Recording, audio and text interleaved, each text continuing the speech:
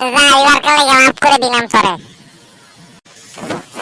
হ্যাঁ নিজে ভুল করে আমার আমার মারে। আমি এমন কি দোষ করছিলাম? হ্যাঁ আমি এমন কি দোষ করছিলাম? একটা মাত্র পাপ দিয়া যা এবার কে দেখে নেবো তোর একদিন কে আমার একদিন।